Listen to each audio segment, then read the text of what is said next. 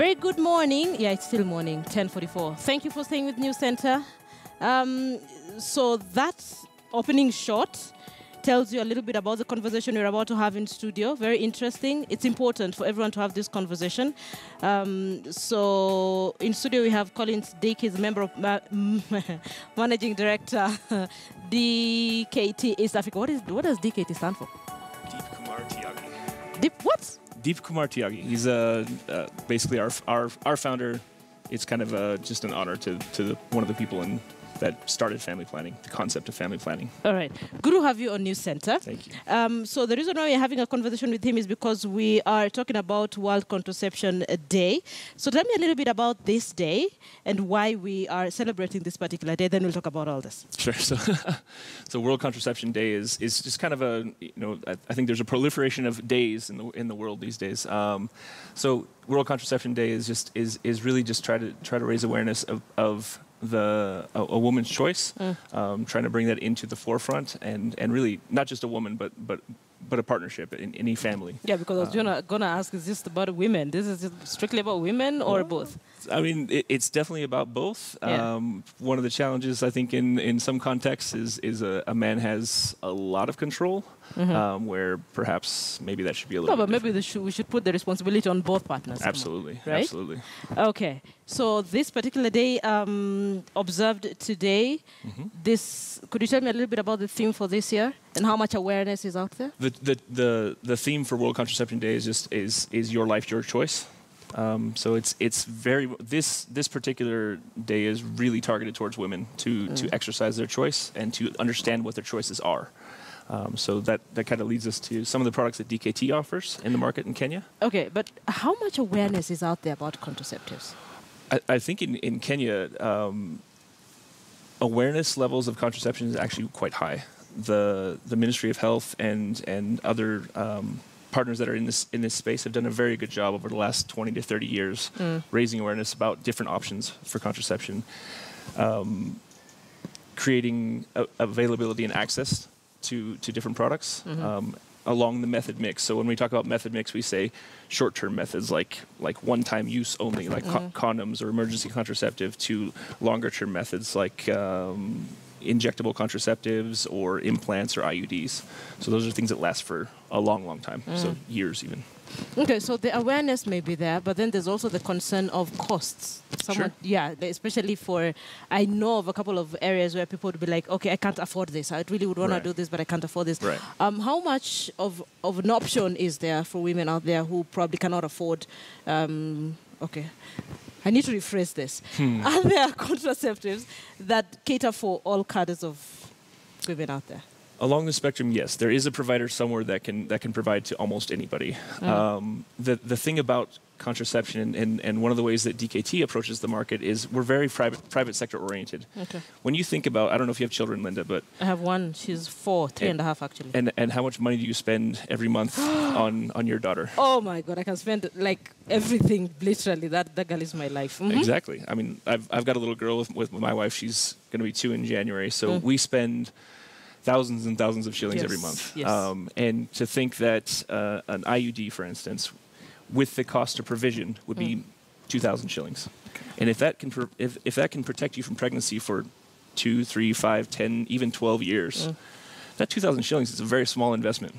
You do know that people to whom that 2,000 shillings is the only money they get in a month? Sure, absolutely. And for those people at the very, very low end of the socioeconomic or economic spectrum, that's where the government of Kenya comes in. That's where that free provision of services. Okay. You can go to a health center and there's no charge at all. Okay, so I need a closer look at this. So maybe you can tell me about each of these and what they do. Sure. Okay, what is this? So this is called Lydia T Copper T CU380A Safe Load. So this is a product that's a 10-year IUD. This is what you normally see in Kenya, and you've seen for probably the last 15. Could I get a years. closer, please? So this is a 10-year IUD, traditional copper T. The innovation with this product is it's a little bit easier on the provider to be able to load the IUD before they insert it into their client. Wow. Okay. This one? So copper Y, Yeah. CU380. This is an innovation. The innovation here is the shape. It's a bit more flexible. It requires a little bit less dilation of the cervix when you're inserting the IUD. So these 3-4 products here are all intrauterine devices. So there's 3. Yeah. So this plus the CU250. Okay. So these are all 3, 5, and 10-year options Wow. to protect you from pregnancy. So these products, if you go to even a private provider, should be a few thousand shillings at the most. So even if you're saving up and you know I don't want children now, I can't afford children, it's not the right time in my life. These are a great option for you. It's a non-hormonal method, so you don't have the issues of a weight gain or other challenges that oral contraceptives and hormones that a lot of women try to avoid. Okay. Non-hormonal method doesn't interfere This is with non-hormonal. non-hormonal. Okay. So and it would cost me a few thousands. Yeah. Should How be. much?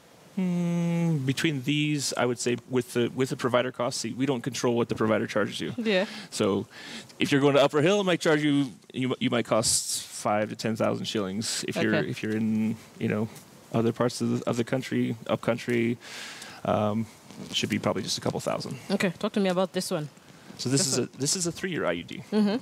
So this is the U-shaped IUD. It's got a little bit of a spine on it, which helps to reduce motility of sperm in the uterus to protect you for 3 years from pregnancy. Okay. And again, very good option. Think of perhaps, and I know this is a kind of a touchy subject for some people. If you're in college, if you're in university. It's happening. Come on, this is happening in the society. Right. So it's a conversation we are having. Absolutely, but you certainly don't want to be pregnant while you're in school, and you know that at least for the next 3 years, I don't want to be pregnant. CU250 is a great option for you. It's a smaller IUD, so a little bit less of side effects afterwards, but the same amount of 99.8% effectiveness protection from pregnancy. 99.8. Okay. Yeah. And you don't have to take a pill every day. You don't have to do anything. It's inserted. And that's it? Yeah. Okay. Very easy. Question is how much? Again, same type of thing. I wish we had control over pricing. I know. Okay, so there's something tiny I'm holding in my hand. What is this? So this beautiful little simple product is called Cyanopress. Okay. This is a subcutaneous injection of a drug called depomedroxyprogesterone acetate. You know Depo-Provera. It's a 3-month injectable. That's a very, very, very popular option in Kenya. I think almost 50% of women who use contraceptives use an injectable. This is a subcutaneous injection. So there's a little bit less pain. And the long-term play, and I can't say this because we're working with the ministry to have a roadmap for rollout of this product, is to actually be able to administer this at home. So there's less burden on the healthcare system. There's less waiting in line. So you can actually do this exactly. You would on your own. Eventually.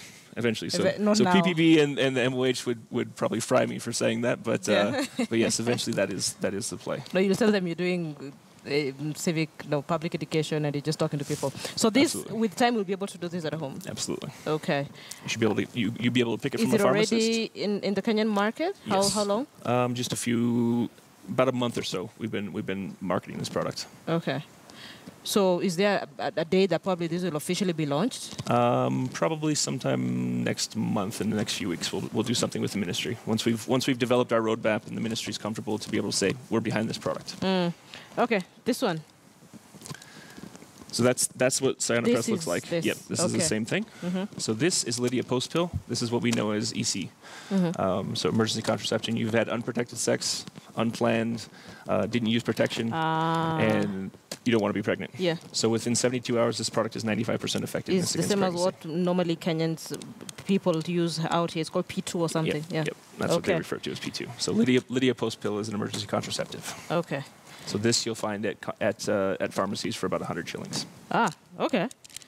These ones, they look like chocolates. That's what a lot of people say about our Fiesta range of condoms. So we have actually 5 different ranges or 5 different variants of condoms under the Fiesta line, and these are premium featured products.